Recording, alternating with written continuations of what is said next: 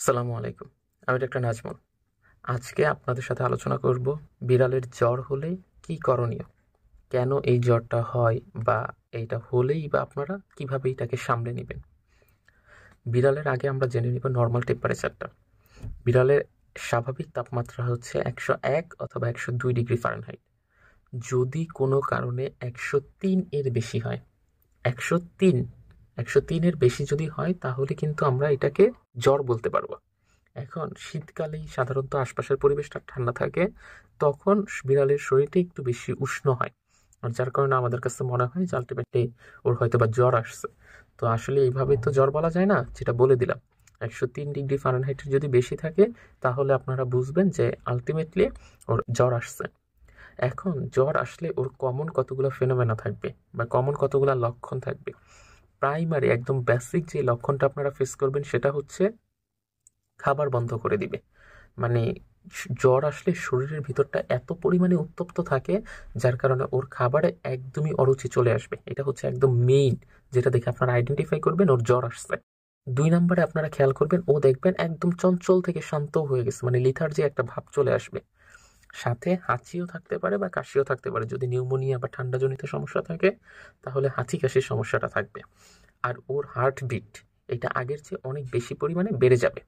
এইগুলো হচ্ছে জ্বর আসার স্বাভাবিক লক্ষণ। মানে এই লক্ষণগুলো দেখলে আপনি বুঝতে পারবেন যে আপনার বিড়ালটার জ্বর আসছে। এখন কথা হচ্ছে জ্বর আসে কেন? জ্বর আসার আসলে অনেকগুলো কারণই থাকতে পারে। প্রাইমারি স্টেজে মেইন যে কারণটা সেটা হচ্ছে কি, ব্যাকটেরিয়া অথবা ভাইরাস দ্বারা যদি কোনো সংক্রমণ ঘটে তখন সাধারণত আপনার বিড়ালের শরীরে জ্বর আসবে। এটা কিন্তু একটা কমন ফেনোমেনা। তাইলে আপনি ধরেই নিতে পারেন জ্বর আসলে ব্যাকটেরিয়াল হয় ইনফেকশন হচ্ছে ওর বডিতে, অথবা ভাইরাল কোনো ইনফেকশন ওর বডিতে হয়েছে। এই দুইটা কারণেই মেইনলি আসে। এছাড়া নিউটার বা স্প্রে করাইছেন তারপরেও দেখতে পারবেন যে ২-১ দিন স্বাভাবিক একটু জ্বর থাকে। এখন মনে রাখবো, জ্বর আসার পরে ৩ দিন পর্যন্ত যদি সেটা থাকে তাইলে একটু নর্মাল। ৩ দিনের মধ্যে কমে যাচ্ছে, বেড়ে যাচ্ছে, এরকম হইলে এটা খুব স্বাভাবিক। ১০৩.৫-এর আশপাশে থাকলে। কিন্তু ৩ দিন পরেও যদি জ্বর আলটিমেটলি এরকম আসতেই থাকে বা ওই জ্বরের পরিমাণ খুব বেশি থাকে, তাহলে কিন্তু আপনাকে তখন ভেটের সাথে কথা বলতেই হবে। এটা একটা এখন কথা হচ্ছে, আমরা আমাদের বাসায় থার্মোমিটার আসছে, ওর তাপমাত্রাটা নিব কোথায় থেকে? হিউম্যানের ক্ষেত্রে নাইলে এটা মুখের থেকে নেয়, বগলের থেকে নেয়, কিন্তু বিড়ালের ক্ষেত্রে সাধারণত ২টা জায়গার থেকে নেওয়া হয়। একটা হচ্ছে ওর রেকটাম থেকে, মানে পায়ুপথ থেকে নেয়। আরেকটা হচ্ছে ওর হাতের নিচের ওই বগলের, মানে পায়ের নিচের বগলের থেকেও নেওয়া যেতে পারে। কিন্তু সবচেয়ে বেশি পরিমাণ প্র্যাকটিস যেটা হয় সেটা হচ্ছে রেকটাম থেকে নেওয়া, পায়ুপথ থেকে নেওয়া। কারণ ওই জায়গার টেম্পারেচারের মানটাই অনেকটা অ্যাকুরেট। এখন কথা হচ্ছে পায়ের ওইখান থেকে নিলে সমস্যাটা কি হবে? ওইখানে কিন্তু প্রচুর পরিমাণে পশম থাকে। পশমগুলা কিন্তু অ্যাকুরেট টেম্পারেচারটা দিতে একটা বাধা দিতে পারে। মানে টেম্পারেচার হয়তো বা কম দেখাই দিছে বেশি, বা বেশি দেখাই দিছে কম। এই জন্য সাধারণত আমরা ওর পায়ের নিচের ওই জায়গা থেকে নিব না, অনেক বেশি পশম থাকার কারণে। আমরা সবসময় কমন প্র্যাকটিস যেটা করব সেটা হচ্ছে ওর রেকটাম বা পায়ুপথ থেকে আলটিমেটলি আমরা নিব। তাহলে দেখব যে যে তাপমাত্রাটা আসছে সেটি ওর একদম অ্যাকুরেট টেম্পারেচার। এখন কথা হইছে আমাদের এইখানে জ্বর আসলে করণীয় কি? প্রথম যেই ২টা করণীয় না, সেইটা আগে বলে নিই। ফার্স্ট কাজ হচ্ছে, আমাদের জ্বর আসলে আমাদেরকে প্যারাসিটামল দেয়া গেলেও ওদের জন্য প্যারাসিটামল হচ্ছে ওয়ান কাইন্ড অফ বিষ। তার মানে আপনি ওকে প্যারাসিটামল জ্বর কমানোর জন্য দিতেছেন এইটা না, ওরকে প্যারাসিটামল দিচ্ছেন মারার জন্য। এই জন্য কখনোই বিড়ালকে প্যারাসিটামল দেয়া যাবে না। প্যারাসিটামল দিলেই ওর প্যারাসিটামল টক্সিসিটি হবে এবং এই জায়গা থেকে বিড়াল আলটিমেটলি মারা যাবে। এই জন্য প্রথম কাজই হচ্ছে ওকে কখনোই প্যারাসিটামল আমরা দিব না। ২ নম্বরের হচ্ছে, জ্বর আসলে সাধারণত নর্মাল স্যালাইন দিব, ডেক্সট্রোজ স্যালাইন দিব না। স্যালাইনের ভিতরেও কিন্তু অনেকগুলো ক্যাটাগরি আছে। তো ওইখানে যদি আপনি ডেক্সট্রোজ স্যালাইনটা দেন, ডেক্সট্রোজ স্যালাইন যখন বডির ভিতরে যায় এটা এমনিই তাপমাত্রা বাড়িয়ে দেয়। এখন ওর তো বডির তাপমাত্রা এমনিতেই বৃদ্ধি, আরও একটা জিনিস দিচ্ছেন যেটা তাপমাত্রা আরও বাড়াবে, তাহলে তখন বিষয়টা আর সামাল দেওয়া যায় না। এই জন্য তখন ডেক্সট্রোজ স্যালাইন না দিয়ে নর্মাল স্যালাইনটাকে আমরা প্রেফারেন্সে রাখি। তাহলে কোন ২টা কাজ করবেন না? একটা হচ্ছে প্যারাসিটামলটা দিবেন না, আরেকটা হচ্ছে স্যালাইনটা দেওয়ার ক্ষেত্রে খেয়াল রাখবেন ডেক্সট্রোজটা না দিয়ে নর্মাল স্যালাইনটা দিবেন। এবার আমরা জানবো হচ্ছে কি কি বিষয় আসলে করণীয়, মানে কি কি আমাদেরকে করতে হবে।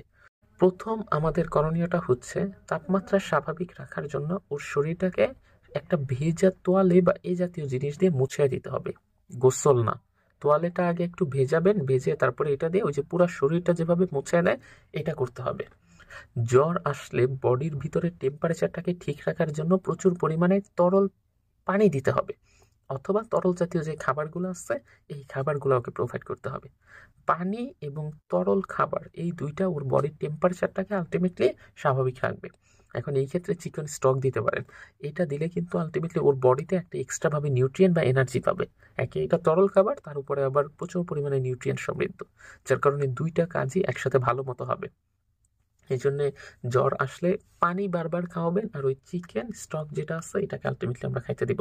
তাহলেই দেখবো যে ওর রিকভারি রেটটা অনেক বেশি ভালো হচ্ছে। এরপরে যেটা হচ্ছে, প্রাকৃতিকভাবে আমাদের বাসায় খাঁটি যে মধু আছে, ওই বাজারে কিনতে পাওয়া যায় যেটা, ওইটা না, ওইটা আলটিমেটলি খাঁটি না।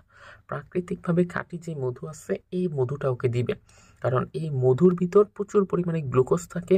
ওই গ্লুকোজ ওকে ওই সময় ফাইট করার জন্য যেই শক্তিটা দরকার, তখন এই শক্তিটা কিন্তু প্রোভাইড করবে এই গ্লুকোজ। জ্বর কিন্তু আসলে কোনো রোগ না, এটা মাথায় রাখবেন।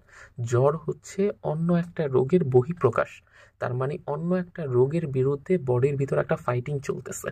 এই ফাইটিংটা, তার মানে বডির ভিতর একটা অ্যাবনর্মাল কন্ডিশন চলতেছে। এই অ্যাবনর্মাল কন্ডিশনটাই বেসিক্যালি জ্বরের মাধ্যমে উপস্থাপন করে যে বডির ভিতর কোনো একটা মেকানিজম এখন চলতেছে যেটা কিনা স্বাভাবিক না। তো এই সময় যদি আমরা ওকে একটু এক্সট্রা পরিমাণে নিউট্রিয়েন্ট বা এক্সট্রা পরিমাণে এনার্জি দিতে পারি, তাহলে এটা ওর বডির জন্য আরো ভালো। আর এরপরে তাইলে দিলাম তো প্রাকৃতিক মধু, যেটা কিনা ও নিউট্রিয়েন্টের একটা ভালো সোর্স। এরপরে ওকে কি করব, পর্যাপ্ত পরিমাণে বিশ্রাম দিব। মানে ওকে একদম একটা খুব নীরব একটা নিশ্চল পরিবেশে আলটিমেটলি ওকে শোয়ায় রাখবো, যেখানে কিনা ও ডিস্টার্ব হবে না, এইটা। তারপরে আর কি কি করতে পারি আমরা, বাতাসযুক্ত স্থানে আমরা ওকে রাখতে পারি, পরিষ্কার ঘাস খাওয়াইতে পারি। অনেক সময় দেখা যায় কি, যে খাবারের একটা অরুচি তৈরি হয়, এখানে পেটে একটা গ্যাস জমা হবার ভাব থাকতে পারে।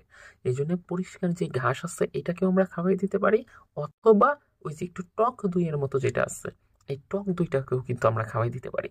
এই দুইটা জিনিস খাওয়াইলে আসলে লাভটা কিভাবে হবে, ও তো খাচ্ছে না, যার কারণে ওর পেটের ভিতরে যেই ইয়াগুলা রয়ে গেছে খাবারটা, এইটা কি করবে, ওর পেটে আলটিমেটলি গ্যাস জমা হবার পিছনে দায়ী হইতে পারে।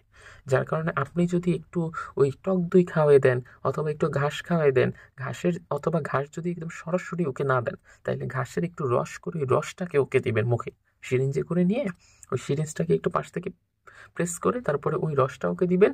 এইটা ওর ওই বডির যে পাকস্থলী আছে ওই জায়গায় যদি যায়, তাহলে গিয়ে আলটিমেটলি ওই জায়গায় কোনো গ্যাস ফর্মেশন হইতে দিবে না, মানে গ্যাস থেকে ওকে রক্ষা করবে। তো এটাই ছিল আজকে আমার আলোচনা। জ্বর হইলে ভয় পাওয়ার কোনো কারণ নাই, নর্মাল। আপনি ধীরে সুস্থে এই জ্বরটাকে যদি একটু সামলায় উঠতে পারেন, এই কাজগুলা করার পরেও যদি দেখেন যে জ্বর কমতেছে না, তখন ভেটের সাথে কথা বলতে পারেন। এবং এই কাজগুলো করবেন কিন্তু আপনি প্রথম 3 দিন ধরে, যখন কিনা ভেটের কাছে যাচ্ছেন না। 3 দিনের মধ্যে ভেটের কাছে যাওয়ার দরকার নাই। সাময়িকভাবে যদি একটু নর্মাল টেম্পারেচার থাকে, ও একটু হাঁটা চলা করতেছে, এরকম থাকলে দরকার নেই। কিন্তু আপনার কাছে যদি খুব বেশি মনে হয় যে আলটিমেটলি না, অবস্থা তো খারাপ, তখন আলটিমেটলি কিন্তু আপনাকে প্রথম দিনে যেতে হবে, আপনি যদি সেটা শঙ্কা করে থাকেন। তো এই ছিল আমার আজকের আলোচনা। আশা করি ভিডিওটা ভালো লেগেছে। আমার সাথে যোগাযোগ করতে হইলে স্ক্রিনে দেওয়া নাম্বারে আমার অ্যাপয়েন্টমেন্ট নিয়ে নিতে হবে। তারপরেই আপনারা আমার সাথে যোগাযোগ করে আপনার পোষ্য প্রাণীর চিকিৎসা নিতে পারবেন। ধন্যবাদ সবাইকে।